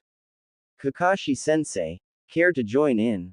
She smirked and began going through her own seals, catching onto the blonde's idea. Futon. Datappa. Kaden. Gokaku no Jutsu. As if it was right out of their nature training exercise, the student and mentor pulled off a perfect wind-fire combo. Naruto's gust of air was guided by his hands, leading it straight for the platoon of enemy shinobi. Just as the first wave hit them, the fire enveloped the attack and created a maelstrom inferno that burned the bodies to a crisp. Oh, nice combo. Guy gave them a thumbs up and iconic smile. When more enemies began to swarm them, it seemed they agreed with the sentiment. It was so nice that they needed to be stopped, immediately. Naruto revealed his trench knives and launched into the air, meeting the enemy halfway. Their weapons clashed and metal sparked, but the Odo shinobi only had one kunai to block with. The blonde was easily able to avoid their sloppy guard as the two tumbled in midair down to the arena floor. He cut a deep gash into his opponent's stomach. Goo! Naruto's adversary groaned in pain as the blonde oriented himself so that his feet were touching the enemy's chest. See ya! Naruto kicked off with all his might to send himself back into the air. The power behind his legs sent the already dying Odo Nin into the ground, creating a small crater from the impact. Kakashi and Guy on the other hand let the enemy come to them, throwing kunai at their vulnerable position in the air. A few went down, but most were able to land on their viewing platform and engage the two in close combat. Many of them discovered too late that it was they whom were at a disadvantage against Guy's strength and Kakashi's speed. Goken. The bowl-cut Junin sent a devastating punch to an enemy's jaw that sent them into the already battered stone wall. Guy leaned back and easily avoided an overextended kunai thrust, at the same time grabbing the enemy's collar. With great strength he threw the Odo Nin at his fellows, creating an impromptu bowling session. The entire enemy formation was sent flying, much to Guy's happiness. I think that, he paused for dramatic effect, his smile threatening to blind any who gaze upon it. Dot was a strike. Quit messing around, Guy. Kakashi growled as she held Asuna Shinobi in a headlock. With one quick movement of the arm, his neck was broken. She dropped the body to the floor and twisted around with lightning-fast speed, ducking underneath a wind attack. Kakashi sent a devastating kick to the enemy's stomach that sent them flying through the hole Guy made in the wall. Another one, a particularly large sound ninja, came barreling toward her with the intent to kill. Before she could even get into a guard stance, the man's eyes widened and he fell to his knees. In his back was a number of shuriken and kunai, and even farther behind him was Naruto with his hands in the snake seal. Must be his weapon manipulation technique, Kakashi thought, lowering her kunai for a moment. Naruto smiled at his teacher, reassuring her he was watching her back. He was surprised when she quickly brought up her kunai and threw it at him. It sailed over his head and some blood spilled on his back. He turned to see Asuna Ninja now toppling over, the knife stuck in his neck. That makes us even. Kakashi gave him a smile. For now at least. The three Konoha shinobi rallied together and watched as Kurenai and Aoba made it over to their side. The two Junin looked like they had it tough holding down their end of the stadium, cuts and soot littered their uniforms. Kurenai Sensei, where's Asuma? Naruto asked, grabbing her attention. He went after Shikamaru, who was apparently dragged after Sasuke by Shino. Speaking of whom, the Genjutsu mistress looked around for a moment. Kakashi, where are your students? I thought they were with you. I sent them after Sasuke to act as reinforcements, but I'm glad they'll have help. There is no telling what they might be going up against. Guy looked at Aoba with an inquisitive gaze. If anyone had information on the battle they didn't already know, it would be him. The Tokubetsu Junin noticed his look and tried to collect his thoughts. As far as I know, Jiraiya-sama is mounting the defense against the enemy summons to the west. There also seems to be an effective counterattack happening with the Ino-Shika Cho group leading the charge. No telling when help will get here though. Baki and Genma had already fallen back, their fight long since a stalemate. From what they could tell, they were the only shinobi still awake, or alive for that matter in the stadium outside of the Anbuin cage. Let's get to higher ground, perhaps we can get a better understanding of the situation. Guy suggested, to which the rest agreed. The Konoha shinobi leapt up onto the roof and got a better view of their village. More specifically, they got a better look at the damage. All around smoke and fire erupted from the buildings down below. Figures ran to and from the buildings, either there to help or harm. All the civilians should have been evacuated by now, and that meant they could take the enemy on full force. Off in the distance, they could see what looked like three large snakes fighting against an equally large toad. It seemed Jiraiya had already made an entrance. A faint rumbling turned their attention toward where the village ended and a vast forest began. It was in the general direction that Pakun and the rest had gone in, which immediately concerned Naruto and Kakashi. That was when they saw some sort of beige creature emerge from the trees and tower over the area. What the hell is that? Aoba asked out loud. Dunno, it isn't ours. Right. Kurenai was equally confused, she had never seen anything like it. Looks like sand, Guy muttered, holding his chin in thought. Gaara. Naruto's mind flashed and he realized that there was more to that genin than he had first thought. Does this mean ease? Like me? Kyuubi remained silent as his Jinchuriki tried to figure out the answer. So far, the blonde had demonstrated enough skill that the beast didn't try to interfere much with his affairs. On occasions when it knew the kid would have trouble, the fox would flood his system with chakra, but otherwise remained content to sit and watch. There was no better way for Naruto to learn than to figure things out for himself. Besides, it was entertaining to watch his human brain try to comprehend such simple things. That thing, he muttered, putting the pieces together. It means Sasuke and the others failed to stop Gaara. The older shinobi looked at him in surprise. How did he know that? It was like he actually knew what that thing was. Naruto, explain. Kakashi asked in an even tone. She had come to rely on his judgment in battle. He might have been a bit excitable and aggressive, but when it came to situations like that, Kakashi knew he had a good reason to say something. Gaara, I think he's a Jinchuriki like me. And that. He pointed to the large monstrosity as it smashed its tail into the ground. Is what his tailed beast looks like. Considering the Suna Genin's unique abilities and raw power, it was a possibility. Not only that, but it was hard to miss the familiar feeling of such a dark, negative chakra release. Those who had seen a tailed beast or had been in one's vicinity could easily recognize the killing intent, the literal pressure it put on them. This could get dangerous, Kurenai murmured, concern gripping her. Aoba and Guy were equally speechless as they tried to comprehend the situation. Only Naruto and Kakashi seemed to show any form of calm or preparedness. Kakashi. Naruto looked at her, worry creasing his brow. Urata and Sakura. They are in danger, along with the rest of them. We have to do something. It would be too irrational to just run off in an attempt to help without knowing all the facts. Before she could try to ease Naruto's conscience, the blonde made up his own mind. That was when she cursed his aggressively protective emotions. Naruto leapt from the rooftop and headed straight for the towering Shukaku, ignoring the shouts coming from behind. There was no way he could leave Team 7 and the others defenseless. With the techniques he had learned, there must have been something he could do. Naruto. Kakashi swore and leapt after him, but was forced to stop on a nearby rooftop as more Oto and Suna shinobi showed up. They effectively separated the two groups, leaving Naruto to fend for himself. Whatever help he planned to lend Sasuke and the others, it would have to be enough.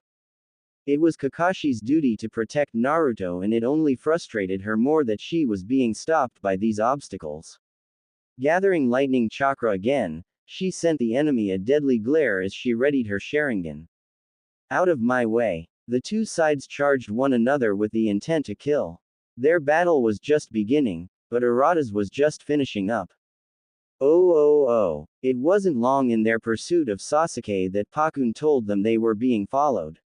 Of course, the enemy wouldn't let them escape so easily. For a while they tried to outrun them, but the other group was large and well conditioned for pursuit tactics. If they kept going at the speed they were moving, Sakura and Urata would be overwhelmed. That was when he volunteered to stay behind. His teammate tried to protest, but he knew that if anyone had a chance of stopping them, it was himself. No offense to Sakura, but she wasn't cut out for combat. That had become apparent since the second exam, regardless of her ability to fend off the sound shinobi. Besides, Urata had a plan to go with his trump card. In an odd tactic, he began to litter the ground and surrounding area with his kunai and shuriken. After he had emptied his thigh and waist pouch of all the weapons, save for one kunai, he waited in the forest clearing. Sure enough, the Odo battalion took his challenge and 8 of them appeared just a few feet away. They took in the sights, baffled at the appearance of so much weaponry. Not just that, they couldn't see any obvious tactic he could have as none of the weapons seemed to be booby-trapped. Alright kid, looks like it's the end of the line for you. Arata smirked as he shrugged his shoulders. I think you guys are a little overconfident. You are outnumbered after all. They couldn't hold back their laughter. This genin made a good jokester. Good one. Next time you'll tell us Konoha's Kinjutsu. Arata slowly raised his hands above his head, smiling as he did so. Well, I don't know about any of that stuff. But let me show you a real trick. If they were paying any attention, the sound shinobi would have noticed the weapons were beginning to move on their own. They approached Arata. One revealed a kunai that he planned to drive deep into the kid. He didn't know why Suna wanted him dead, but apparently Orochimaru said the same thing. An order was an order. Time to die. The Odo shinobi was right in front of him, about ready to send the kunai straight into his skull. Guratsuki no Tetsubuyo. Having finally given a name to the technique, Arata decided to give it an appropriate christening. Blood stained the forest floor as the Odo shinobi found themselves impaled with dozens of iron projectiles. They fell, altogether, to the ground with an assortment of grunts of pain or exasperated sighs. That was what happened when you underestimated an enemy shinobi. Arata fell to his knees, his chakra almost completely drained.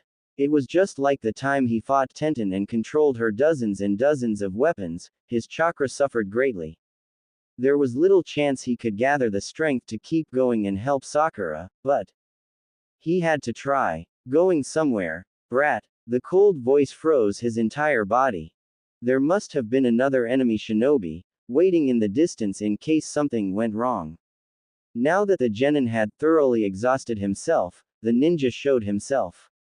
He had his own weapon ready and was not about to let the kid try the same technique.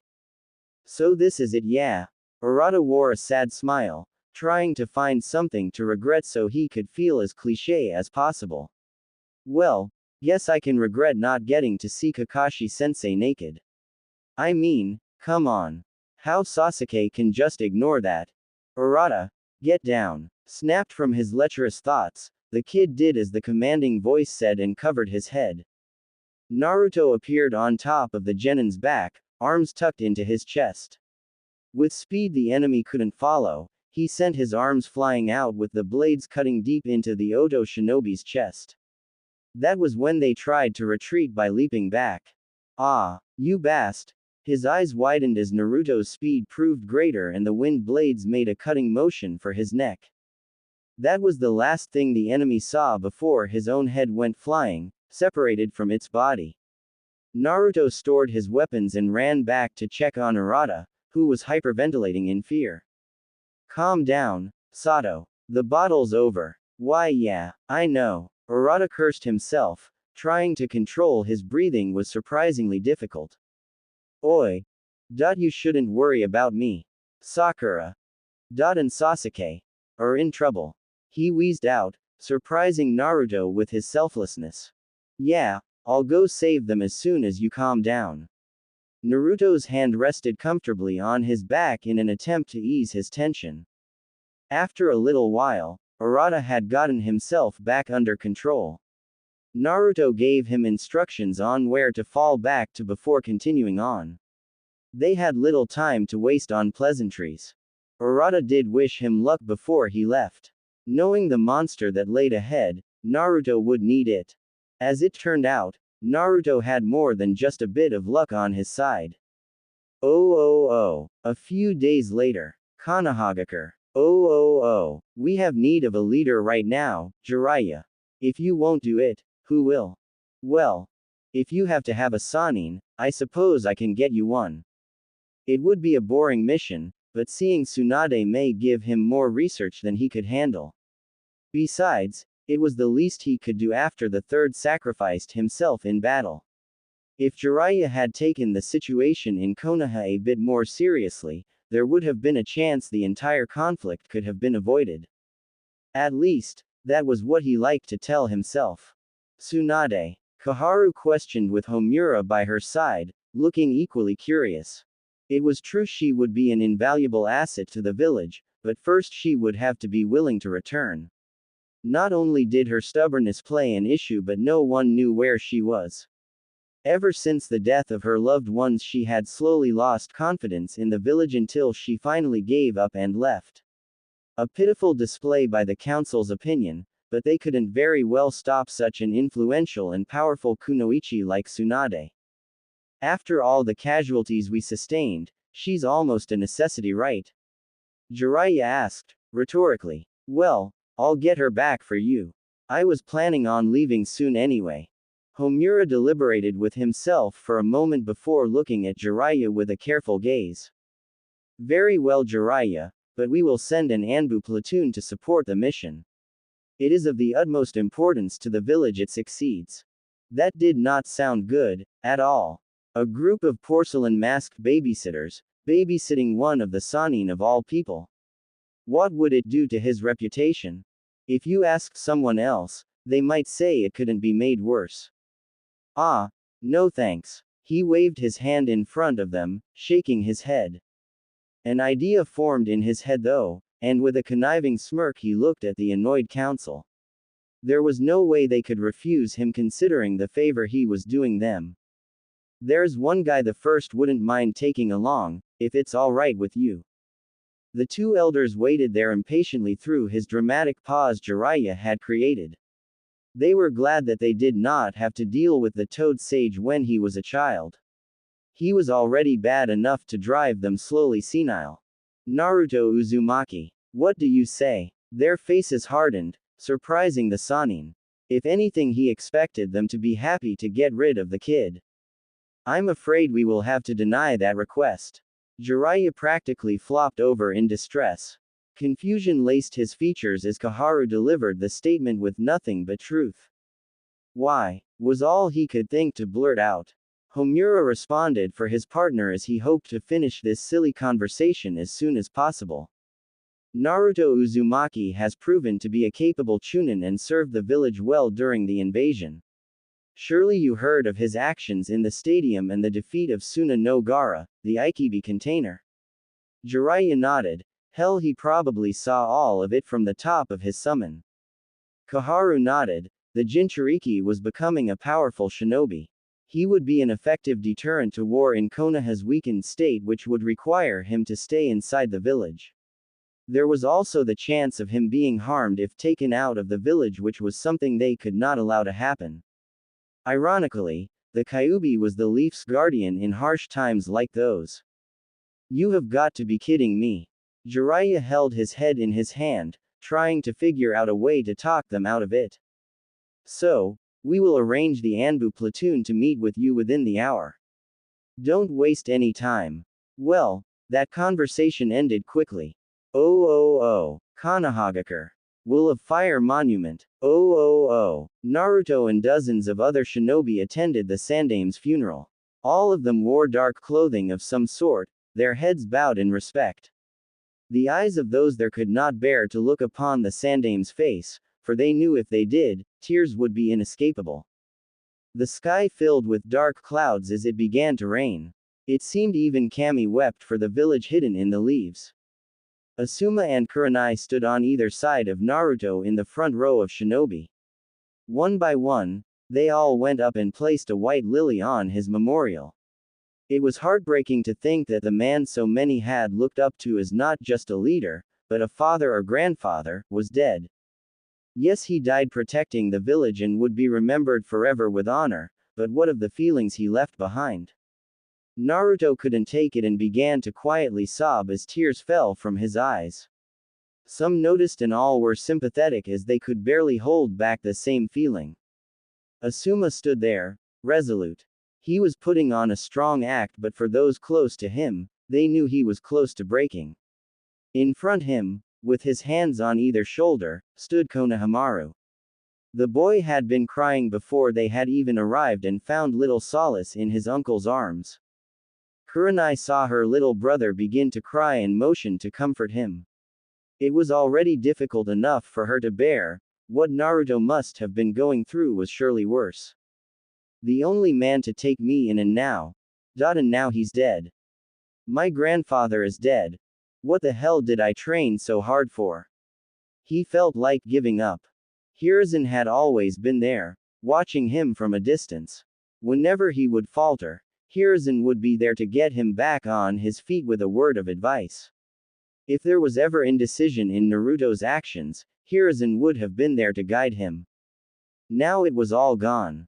His fists balled in pain. It would be difficult to ignore this pain in his chest. It was the hardest pain to mend after all. An arm wrapped around his shoulders, pulling him backward. He opened his eyes to see a flash of silver and then nothing but black as his face was enveloped in cloth.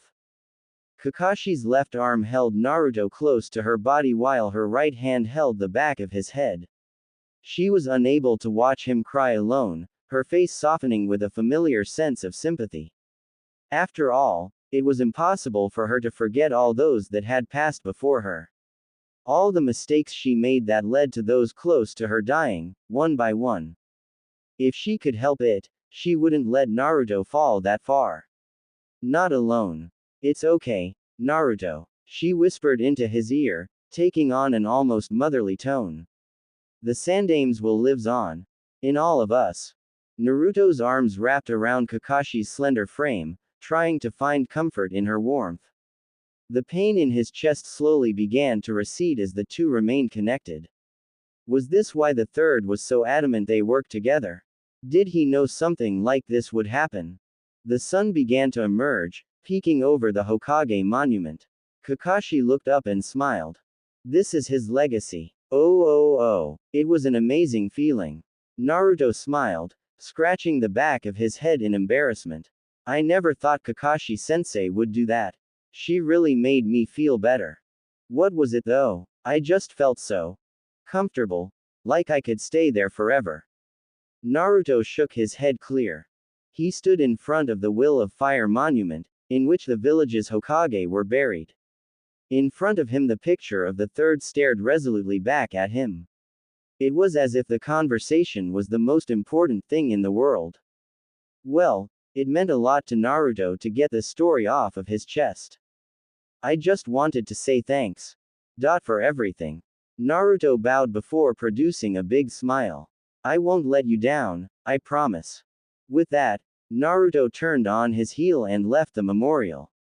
As much as he would have liked to spend the day there, he was sure there was something to do around the village. He had been working hard along with many other shinobi to rebuild, though their numbers had slackened. Konoha had missions to fulfill after all, and they couldn't afford to refuse any of them. That said, Naruto seemed to be exempt from any kind of work outside of the walls. It was an odd thing, especially for a Chunin. He walked the village streets and passed many civilians busying about. They were now the primary workforce in rebuilding that which was destroyed.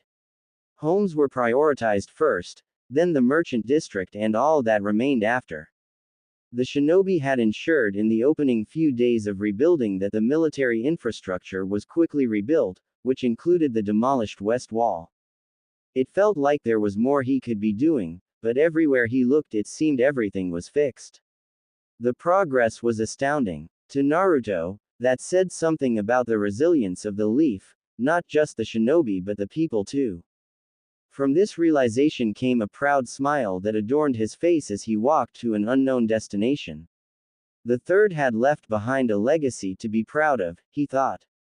His good mood came crashing down when a deep, familiar voice addressed him from behind. Oi, what the hell are you smiling about? Nico was standing there, hands in pocket. He was actually smiling, of all things. Naruto didn't share his sentiments, scowling. Hopefully the Junin would get the hint to leave him alone, but it seemed he had other plans. I'm not here to fight if that's what you were thinking. Naruto's guard failed to relax, which made the man frown. Wasn't it obvious appearing before the blonde was hard enough? It would have been easier to just fight the kid, he was starting to think. Listen. He combed his pink hair nervously, eyes staring away from Naruto. I wanted to apologize for what I said before. Naruto's eyes widened, he was not expecting that. What you did during the attack, that was something no one else could have pulled off. Nico admitted, his gray eyes filled with envy and a tinge of respect. That was something a true Konoha shinobi would do. Sorry for saying the things I did. He informally bowed his head in apology, it was the most he could get himself to do.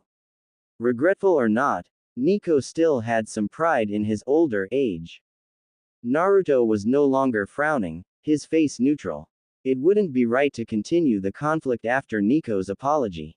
Something told him that he was telling the truth. I appreciate you saying this. But do me a favor. Nico looked at the blonde, listening. Apologize to Kakashi, not me. The older man frowned but nodded.